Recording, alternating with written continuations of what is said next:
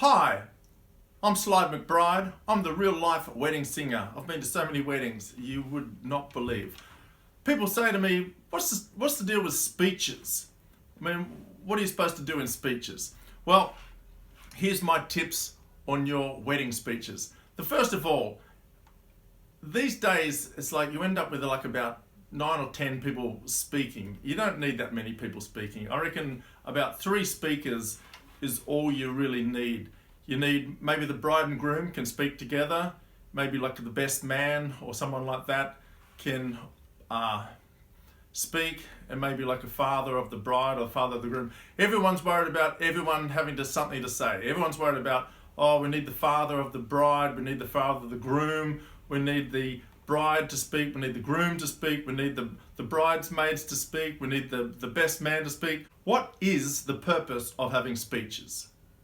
So the purpose of having speeches is really to thank people. So really the most important thing is to thank everyone who's made a contribution to this big special event. There's a lot of people that have put a lot of time, a lot of money into it, and you want to make sure that all those people get thanked. There'll be a lot of people that have come long distances to be at the wedding. They should be acknowledged. So it's a good idea to thank the people who have made the day possible. And this, of course, includes the people who have traveled maybe interstate, not so much overseas at the moment, but usually there's people that have come from overseas.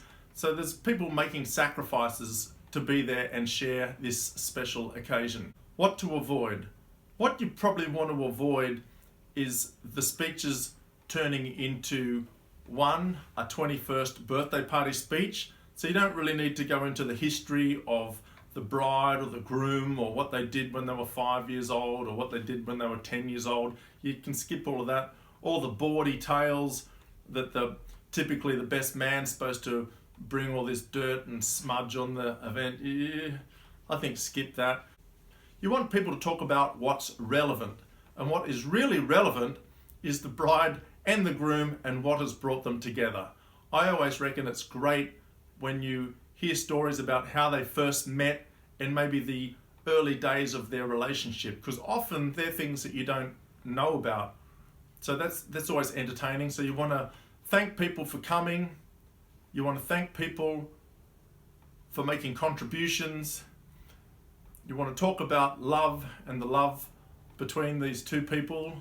And really, the shorter you can keep the speeches, the more time you're going to have for dancing and all the celebrations that come after the formalities.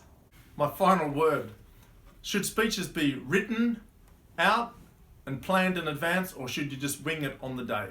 Well, consider that people who wing it on the day have usually had a few drinks, and I've heard so many speeches that ramble on, and that there'll be one drunk person that laughs and the person thinks, oh, I'm on a winner here, I'm a comedy genius, and they'll keep talking and talking, and it's like, oh man, and everyone's just like wincing and is in pain. So whoever's giving a speech, try and make sure they write out a speech beforehand, a well-written speech that's well rehearsed. It'll be succinct, it'll be to the point. If there's any jokes there, they'll be bang, right on, and you're not sort of having someone just ramble on aimlessly and endlessly. So there's my tips on speeches. I reckon keep it down to about 3. It's hard to tell people they're not required.